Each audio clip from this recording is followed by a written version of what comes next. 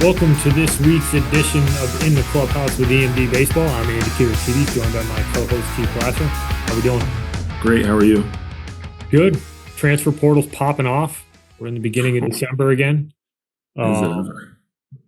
I think last time I checked, there was about 500 Division I players in the portal as of December 1st. We're currently recording on the 4th. Wanted to take a couple minutes just to shed some light on some opportunities and give some people some food for thought as they go through this process, because I think right now is a funky time to be in the portal for a variety of reasons. One, it's that mid-year window. Two, you've got the roster crunch coming, which I think will limit quite a bit of activity at the Division I level. We've talked to at this point, dozens of coaches about what this window would look like. And I would say, if we've talked to 20 coaches, I would say 19 of them have said, hey, we're not really looking for mid-year guys right now because we don't know what our roster is going to look like. And we know that come June, it's going to be another whirlwind, and there's going to be a large sum of kids that are going to end up in the transfer portal. And we don't want to, take on a kid that's not going to be able to play for us in the spring and having some uncertainty of where the roster is going to be. So definitely some stuff to unpack here. And I think there's some things that people need to be aware of in terms of what the rules are and kind of how that works. And then also some things to consider in the process here as you go through it in this next month, because it's a pretty tight timeline to kind of sort some of this stuff out. So kick it over to you for some initial thoughts. I know I got a few. Yeah, I think this is the start of it, right? This one, and then the post-spring portal. And I know, if you're a regular listener to this is probably the 8th or 9th time that we've talked about this. And, every time we bring it up, it's more so because there's more information that's coming out as to why we need to address some of the things that's going on. Obviously we've talked about the roster crunch that's coming. We still don't necessarily have a clear picture. We have a cloudy picture at best at what that's going to look like. And hopefully when the court cases and such are sorted out by in April, we're going to have a pretty good idea. But, all the coaches are trying to get their rosters to a point where, like, they're going to be, if they have to get to 34 at the end of the season for the following year, like, there's going to come more cuts because we're at 40. So there's going to be more people that are going to go get into the portal. And it's going to be pretty jam-packed, and you want to make sure that you have a fairly decent plan for what you want to do moving forward. And that could be going to a JUCO and finishing a year or a semester or even a year and a half, depending on where you are in your clock, and going 4.24. It could be going down a level to Division II or Division III. It could be transferring, for whatever it is that you want. So there's a lot of things that are up in the air.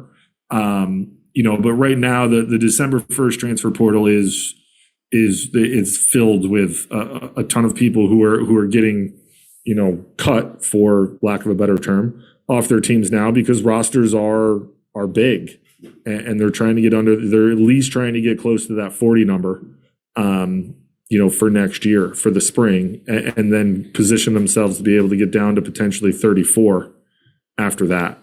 So there's going to be a lot of movement. It's a little cloudy right now, but, if this is something that you're facing, you're going to want to make sure that you have a pretty good plan in place for what it is that you're going to have to undergo, next year or, next spring, the following fall, whatever it might be. And I think one of the things that, you want to keep in mind if you're a freshman, if you're a sophomore, really if you're anyone in college that's not a senior, and a guy who's committed somewhere, is that you're going to have to go in and show up and show out. Like, we've talked about this a little bit, but it's more or less going to be a full fall tryout for everyone if they're over that number to get down to it. And you can't necessarily go in there with the mindset of like, it's not going to happen to me, because it very well can.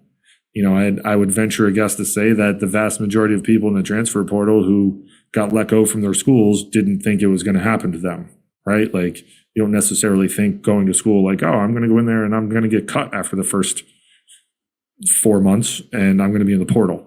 So you have to go in and showcase your abilities and be really good and do everything you need to do off the field so you don't find yourself in this position. But, the other part is it starts on the front end of making sure that you make the right decision going in. You don't necessarily want to end up going to a place where they have 50 dudes on the roster and 23 arms and you're the 24th. So there's a lot going on there. I just think that the transfer portal, and again, I'm not anti-transfer portal. I think it gives the kids a little bit more leverage and some options for what it is that they're undergoing. But like it's a reality of college baseball, and until there's guardrails put on it, this is what it's going to be for December 1st and what it's going to be in the spring, summer of next year for a lot of guys who are at the Division I level, who are in programs that have to get under 40. Yeah, it'll be interesting to see how it unfolds next year, and hopefully the roster cuts to 34 actually quell some of at least the mid-year stuff. I'm not sure if we'll ever get away from the transfer portal stuff in June, just because guys are going to be looking to make moves. Guys are going to be told that, hey, it's not going to happen here, that kind of thing. But if you're one of the guys who's in the portal right now, I think there's a couple things that you got to know and a couple things you need to think about. One, if you're a Division I player, and after reading the rules, I believe the only outlier case is if you have a degree in hand. So if you're on campus and you've already gotten your undergraduate degree, you would be eligible to pitch for somebody in the spring. But if you have not obtained your 4-year degree, you're not eligible to transfer to a Division I school and compete this spring. So if you're going in with the mindset of that, you can't do it. So you're going to have to get rid of that thought. And then what I was speaking to before is that most of these Division I schools who in a different time may have been willing to take a kid and say, hey, why don't we get you enrolled in the spring? We'll get you, kind of assimilated into the program we best we can based on the rules and restrictions that are going to be applied. And you'll be good to go for the fall. They're far less likely to do that right now because of the roster crunch and just not, it's just a lot harder to do the math. There's a lot less predictability in terms of who's going to leave, how many guys are you going to have to bring in from the portal. So keep that in mind. Junior college is a great option for guys who are trying to find a spot right now. I'll get into the other options here in a second, but junior college, if you're a sophomore and you have your credits that'll transfer, most junior colleges are going to give you a chance to finish 25% of your credits and make you eligible for that 424. And you can basically get a significant head start on the portal because you become immediately recruitable in January once you enroll in your new junior college, where anybody else, they cannot communicate with schools until they enter the portal officially in June. So you can get ahead of what we anticipate to be somewhat of a cluster, if you will, in June, and give yourself a little bit of an advantage. If you're a freshman and you got cut, JUCO is also a great option because one, maybe you put yourself in a situation to get some at bats, but you can begin your long-term recruiting process by putting up some numbers.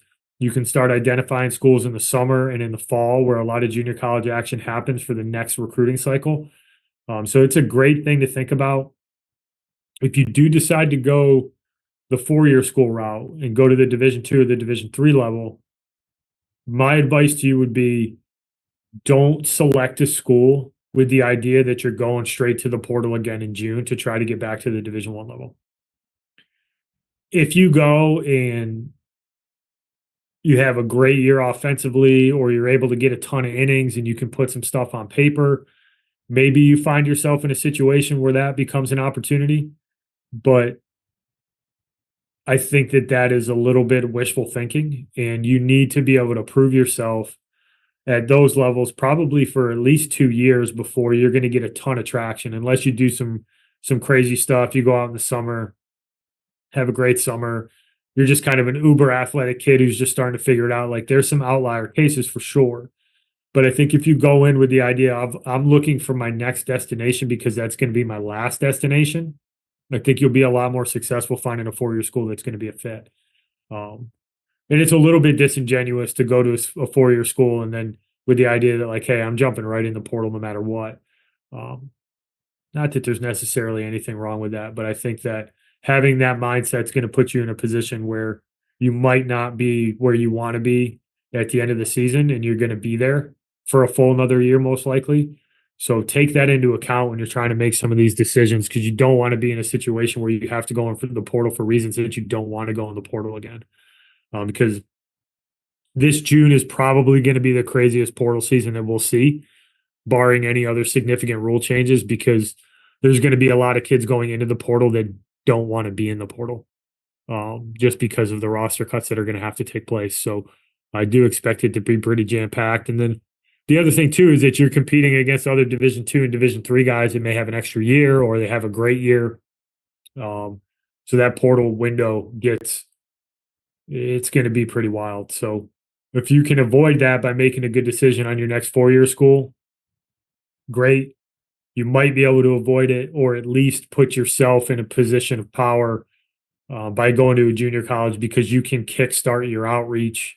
You can start to plan for what you're going to do. You go out and you perform. You can get your junior college coaches involved with your search and trying to identify schools that are going to be a good fit. You've got a lot more runway, a lot more room for error, and you kind of stack your chips in your favor a little bit if you do choose to go to the JUCO route.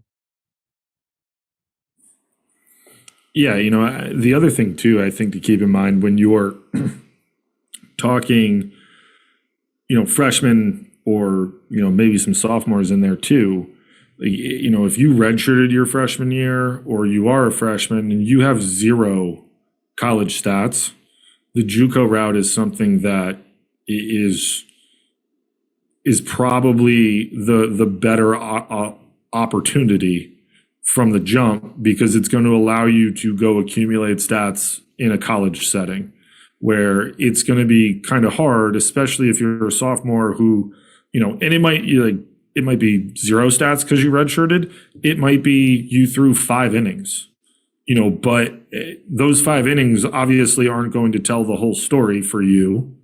So it being able to accumulate those stats, and it's going to be hard, to really go from a 4-year school to another 4-year school when you don't necessarily have any college stats or you don't have, serviceable college stats to kind of break that down and see what that looks like. Aside from some schools that may have recruited you, in the recruiting cycle that you could reach out to, it's going to be hard to try to convince some people who have never seen you play to be like, hey, I'm available. Well, okay, you threw 5 innings and you had a 15 ERA. Like, I don't know if that's worth us taking a roster spot up for that. And, those are legit concerns from a college coach standpoint. When you have only 34 rosters or 34 roster spots, you can probably find somebody else who has better numbers. And it doesn't necessarily preclude you from being able to go back into a Division I school if that's where you're transferring from. But, a really good opportunity would be going to a junior college, acquiring stats that are good, and then being able to say like, hey, yeah, I had a down year my freshman year, but I went to this junior college and I, threw 45 innings and pitched at a 3 clip and found a lot of success doing some, tweak some things, got a little bit more development. And here I'm at. Here's where I'm at now. And you become a little bit more desirable from a recruiting standpoint there, that they feel more comfortable knowing that you've thrown against college players, you have more innings, you found success than looking at maybe it was 1 bad outing or maybe it was 2 bad outings and that was all you had. That's a tough pill to swallow if you've never seen them play, and that's just the very small snapshot of what you have to go off of. Yeah, if you're going to get recruited out of the portal, whether it's right now or whether it's in June, you got to put up some numbers. The guys who are finding new spots, in the transfer portal were either high-end guys who might not have got some burn that are going down a level, and you're kind of living on reputation. But the vast majority of guys who are making moves, they're making moves because they put up numbers. And you got to show that you can compete at some level before you can compete, at the Division I level or, high level Division II. You got to have some substance there. So that's another reason why I think the JUCO route's a great option for a lot of guys, because you're not competing against 22-year-olds at the junior college level. There's more turnover. There can be more opportunity, and you need those innings. You need to be able to put some stats on paper. You need to be able to collect some of the data that these coaches are going to be looking for. You need to get on video, all that kind of stuff. So just some things to think about. Every person's situation is going to be a little bit different, but I think if you're open to the junior college option and you take the other 4-year options, the D2 and the D3, seriously, and you look at those places as a landing spot for your future versus a stepping stone, I think you'll find yourself in a much better situation long term. And if you do go into the portal again, you'll be doing it for the right reasons, not because you picked a spot that you didn't think could be a long-term fit. Anything else? Nailed it. All right. Thank you for listening, everybody. If you're in the portal, good luck. If you need help, call us. We'll talk to you next week. Thanks, everybody. Thank you for listening this week. If you're watching on YouTube, go ahead and hit that subscribe button and smash that like button for us. Check us out on Apple Podcasts, Google Podcasts, as well as Spotify. You can follow us on Twitter and Instagram at EMD Baseball. If you want to find out what me and Keith do to help families and players navigate the recruiting process, go ahead and check us out on emdbaseball.com. Take a few minutes to check out our new online academy. I promise you'll get some good information out of that. Thanks again for listening. Check in with you next week.